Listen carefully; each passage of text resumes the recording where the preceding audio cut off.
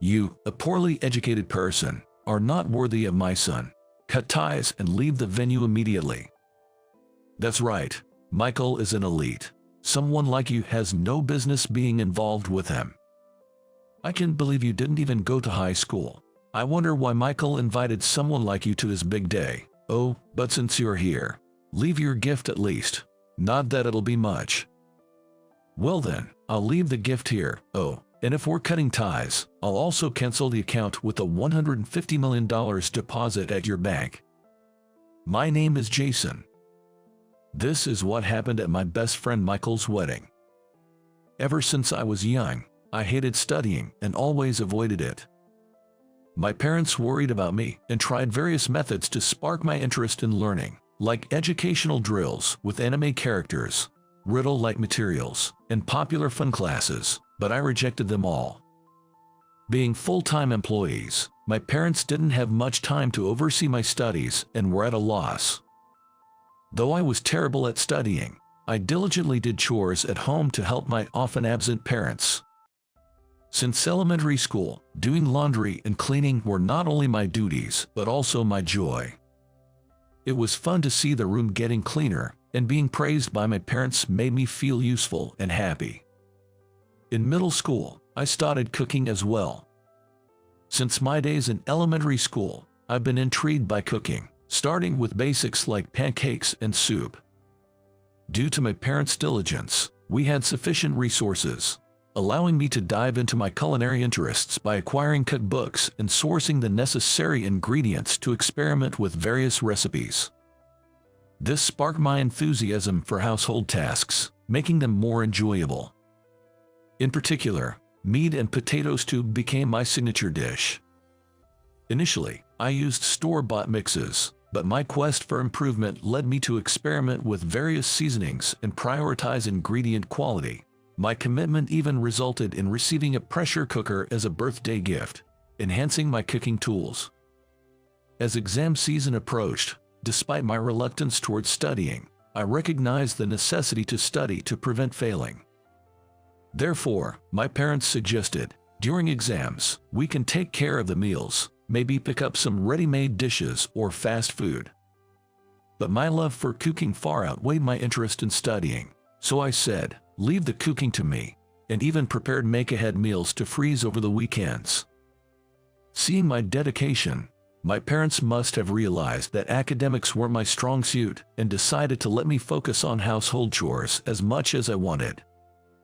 Although I detested and struggled with studying, I didn't particularly dislike school itself. Spending time with my best friend, Michael, made my days quite fulfilling. Michael was the eldest son of a family that had a tradition of serving as bank presidents, truly dedicated to his studies. He was the complete opposite of me. Michael was always told by his parents, "You must go to a prestigious university and carry on the family legacy. Therefore, prioritize your studies and choose extracurriculars that don't interfere too much." Despite the expectations placed upon him, Michael consistently excelled in his studies, always achieving the top rank in periodic exams. Even though we were complete opposites, Michael was incredibly kind-hearted. To ensure I had time for cooking at home, he would assist me with my homework during school hours, patiently explaining the solutions to problems I struggled with. Taking this as an opportunity, we started spending more time together, and during one of our lunch breaks, I noticed that Michael was eating fast food every day. When I asked about it, I found out that Michael's family, all working as bankers, were too busy to prepare meals, so he was given a $5 to buy his lunch. However, Michael, not a big eater, found the salty flavors not to his liking and was struggling with it. So, I suggested, "How about I make lunch for you?" Michael hesitated, saying, "Really? But it seems like a lot of trouble."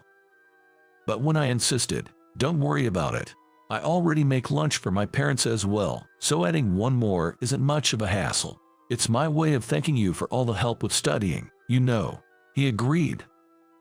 Also, it was decided that the $5 he received for his lunch would be given to me as compensation for the ingredients. Although I initially refused, Michael insisted, and I reluctantly accepted. I enjoyed making lunch every day and watching Michael's reactions as he ate.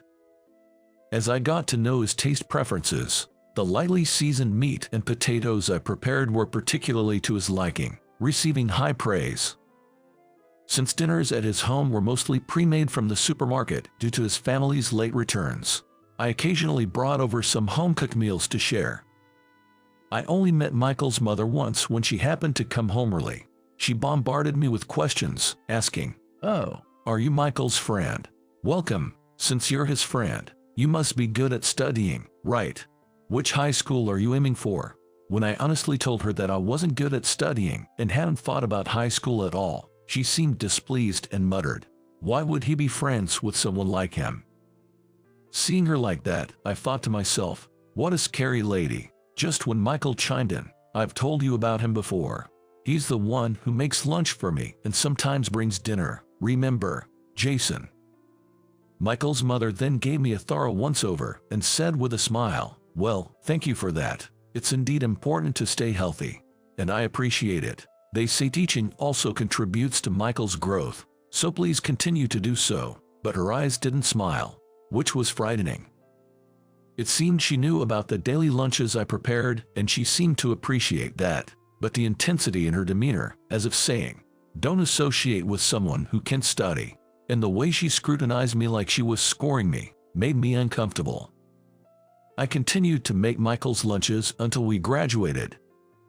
And then, on graduation day, as Michael and I were saying our goodbyes, his mother approached us. "Hello, you're Jason, right? Thank you for the lunches all this time. By the way, have you decided on a high school yet?" she asked, somewhat condescendingly. I replied, "It was a tough decision, but I've decided not to pursue high school and to start working, even though I'm still inexperienced." Her face instantly turned stern, almost as if she was about to scold me. Feeling intimidated, Michael said, "Jason's future has nothing to do with you, Mom. Hey Jason, they're taking a class photo over there. Let's go." And he pulled me away. Michael went on to attend the top local high school as planned, and initially, under pressure from my parents and teacher, I intended to continue my studies. However, having never taken my studies seriously, I failed even my safety schools and, in a panic, applied to a private high school with a low entry requirement, which I got into. But in my haste, I hadn't researched this school well, and it turned out to be expensive compared to others, with high tuition fees and numerous donations. I didn't want to pay so much just to continue studying, something I hated, so I convinced my parents otherwise. Although they could afford it and suggested it would be better for my future, I had made up my mind not to go. Seeing my determination, my parents gave up. And so, I entered the workforce right after middle school. For 15 years since then, I worked tirelessly. Unlike studying, I found joy in working hard and being useful to someone. It made me happy when customers thanked me, and it was a joy to be praised by my boss saying, "Well done." Even though there was overtime, it didn't feel tough at all. I was truly a workaholic. Even on my days off, if I heard there was a shift available, I would volunteer to work. I loved my job that much. One day, I received a wedding invitation from Michael. I was as happy as if it were my own celebration and immediately replied that I would attend. And then, on the wedding day, the venue was incredibly luxurious. There were massive bouquets, especially white roses, adorning each table. The wall decorations were intricate, evoking the grandeur of a medieval European ball. After entering high school, Michael progressed smoothly to a prestigious university and was reputed to be outstanding in college. I had heard rumors of his success even while working. Michael, with his inherent intelligence, made remarkable achievements as a banker and was recognized for his skills, taking over his father's position as the head of a local bank much earlier than planned, with his father becoming the chairman. This luxurious venue must be a testament to Michael's hard work. Speaking of the wedding, I guess Michael's parents will be attending too. I remember back in middle school, when Michael's parents would insist he study constantly, even when he was sick and should have been resting. And I had the impression his mother didn't think highly of me. This is making me a bit uneasy. While I was thinking about this, right as I entered the venue, people who seemed to be Michael's parents noticed me and approached. "Are you Jason, Michael's friend from middle school?" Michael's father asked, somewhat intimidatingly. I hesitated before answering, "Yes." Then they immediately followed up with, "We were surprised to hear you weren't going to high school at the graduation ceremony. But what happened after that?" I responded, "As I've mentioned before, I've been working since graduating from middle school." Then, in unison, the two of them let out a big sigh, saying, "Ha ha ha. You, a poorly educated person, are not worthy of my son. Cut ties and leave the venue immediately." That's right. Michael is an elite among elites. A person like you, who's basically a failure as a person, shouldn't be associating with him. Really, to think you didn't go to high school. I wonder why Michael invited someone like you to such an important occasion. But since you are here, leave your wedding gift. It's not like it's going to be a significant amount anyway. I was at a loss for words at their outrageous remarks. But they were Michael's parents, after all. I didn't want to make a big deal out of it, but feeling a mix of discomfort, I retorted, "Well, if you insist on cutting ties, I suppose that's the only option. Oh, this is your wedding gift. Please accept it. If we're cutting ties, I'll also be canceling the $150 million deposit I have with your bank." But they just laughed, clutching their stomachs, and said, "What? $150 million? What kind of joke is that? You're funny. It's hilarious that you're missing so many screws in your head." That's when Michael arrived. I told him about the treatment I received from his parents and said I was going to leave since I had already paid my respects and didn't want to cause any trouble. "Michael, you really need to choose your friends more carefully. This guy, not only is he a shameful failure, but he's also claiming to cancel a $150 million deposit. A loser and a big liar. It's just too funny. It's so pathetic it's almost pitiable." Hearing this, Michael's face turned pale instantly. Ignoring his parents, he immediately said to me, "Jason, I'm so sorry for making you go through this just for coming to celebrate. I know it's hard to reconsider the deposit thing. My mom and dad will be leaving. Please, I want you to stay at the ceremony. I promise you won't regret it." Seeing how earnest Michael was, I decided to stay for the time being. Of course, I couldn't possibly ask Michael's parents not to attend their own son's wedding, so I said there was no need to send them away. I spent the ceremony trying not to look towards Michael's family seats as much as possible. Initially, I thought I wouldn't be in the mood for celebration because of his parents, but as the ceremony began, I found myself getting emotional at the sight of my friend who had grown into such a fine person. The bride's thoughtful gestures and the way she carried herself made it clear she was a wonderful woman. I sincerely hoped they would be happy. At the end of the ceremony, when Michael began to read a letter to his family, everyone expected an emotional story.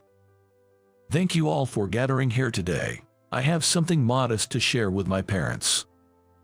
Everyone expected an emotional story to unfold.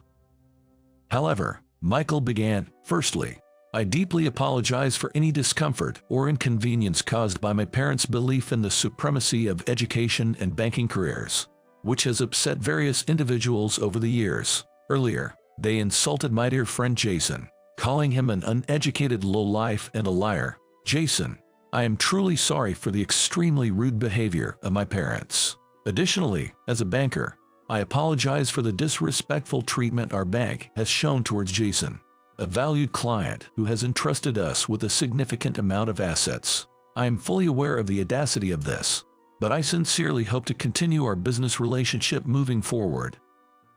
Michael's announcement at such a joyous occasion took everyone by surprise. The entire venue was abuzz with murmurs. Unwavering in his resolve, Michael continued, "Furthermore, my parents have committed numerous acts of misconduct over the years. Here is the evidence." The projector, which had just been showing the happy beginnings of the bride and groom, now displayed evidence of their wrongdoing. They had accepted bribes from valued customers, approved large loans without proper checks, and increased interest rates, among other serious ethical breaches as bankers. The venue, already buzzing, now erupted into a louder commotion, especially from the seats occupied by business associates. Michael's parents turned pale.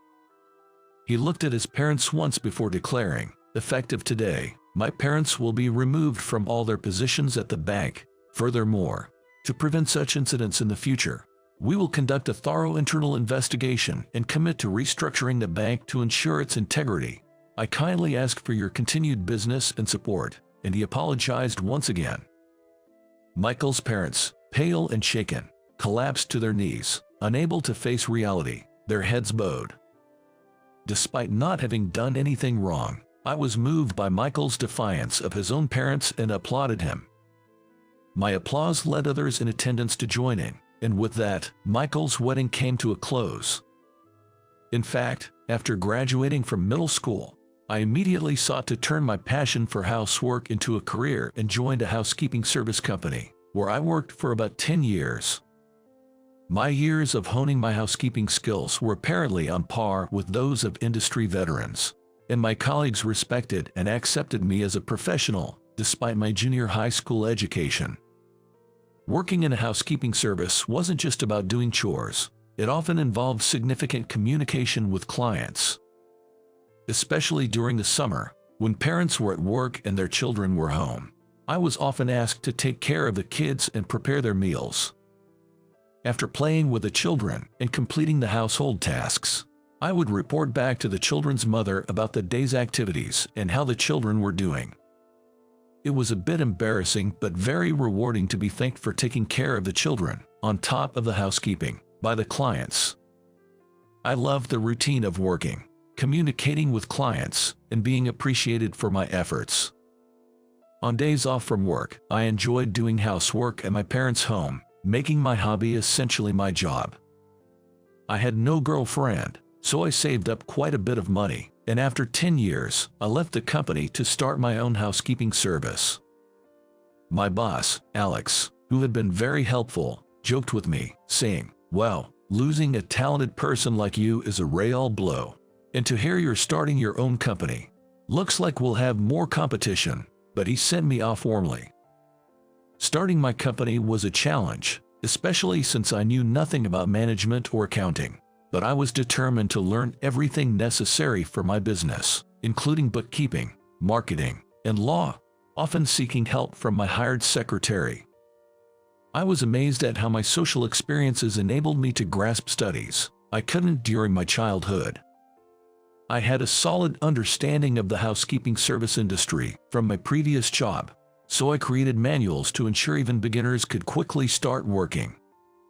I also pondered over the training content, considering it might be beneficial to have a training facility. I loved listening to people, so even as a CEO, I made it a point to hear out every employee. In the beginning, when the company was just a small team of about 10 people, it felt like a family. This approach resulted in an extremely low turnover rate at my company, leading to a successful start in the industry. Although I no longer visited clients' homes as the CEO, I cooked in the employee cafeteria, which served as a relaxing hobby for me. Initially, the employees were hesitant, but they soon came to love my cooking, proclaiming it the best and frequently using the cafeteria. Eventually, our service expanded beyond typical households to cater to affluent clients, and it seems that word of mouth spread our reputation. Suddenly, we saw a surge in wealthy customers. Moreover, we were introduced by ultra-wealthy clients to not only provide household services but also secure major contracts with nursing homes and care centers. This was the catalyst for my company's rapid growth. While not all funds were surplus, we managed to deposit $150 million in the company's name at Michael's Bank. In fact, when starting the company, my savings were insufficient, so I had sought a loan from Michael's Bank. I had asked Michael for a favor, citing our old acquaintance, but he conducted a thorough investigation. Eventually, We were deemed eligible for the loan, and I realized that it was Michael's sincerity and seriousness that allowed him to become a bank president at such a young age. Since the establishment, we've maintained a relationship, and now we are considered highly valued customers. Though I was irritated by Michael's parents, Michael himself was not at fault, and his desperate efforts to revive the bank were compelling enough to make me want to support him, leaving the $150 million deposit untouched. When we meet at the bank, we are the president and the bank president. Elsewhere, we are close friends, making sure not to mix personal and professional matters. After that wedding, Michael's parents were indeed stripped of all their bank positions instantly. It's too cruel to abandon your own parents. It's all because of that loser. Okay, just let us work as bank employees at least. They seemed to plead with Michael, but he rejected them outright, and they were completely ousted from the bank. This story spread not only within the bank but also among the neighbors, leading to days filled with whispered rumors. They became uncomfortable and moved to a different region. They are still fixated on being bank employees and have gone for interviews at banks in other regions, but the banking community is already well aware of the incidents caused by Michael's parents. It's unlikely that any bank would hire them. Michael mentioned that this was an opportunity to completely sever ties with his parents, leaving them without anyone to rely on. I wonder how they will manage in the future. Well, it's none of my business, I suppose. Meanwhile, Michael and his wife, Sophia, are supporting each other and dedicating themselves to their work at the bank. Sophia, who used to work at the bank's reception, captivated Michael with her grace, leading him to pursue her relentlessly. Initially, she avoided him due to fear of being involved with the bank president's son, but after a year of persistent effort, they started dating. Now, she seems to be managing Michael's schedule as his secretary. Being very beautiful, she often faces advances from business associates, so Michael keeps a watchful eye. He hopes that wearing wedding rings now that they are married will mitigate the situation, but it remains to be seen. The issues of fraudulent loans and interest rates at Michael's bank were covered in news and magazines, and the word bankruptcy loomed in my mind.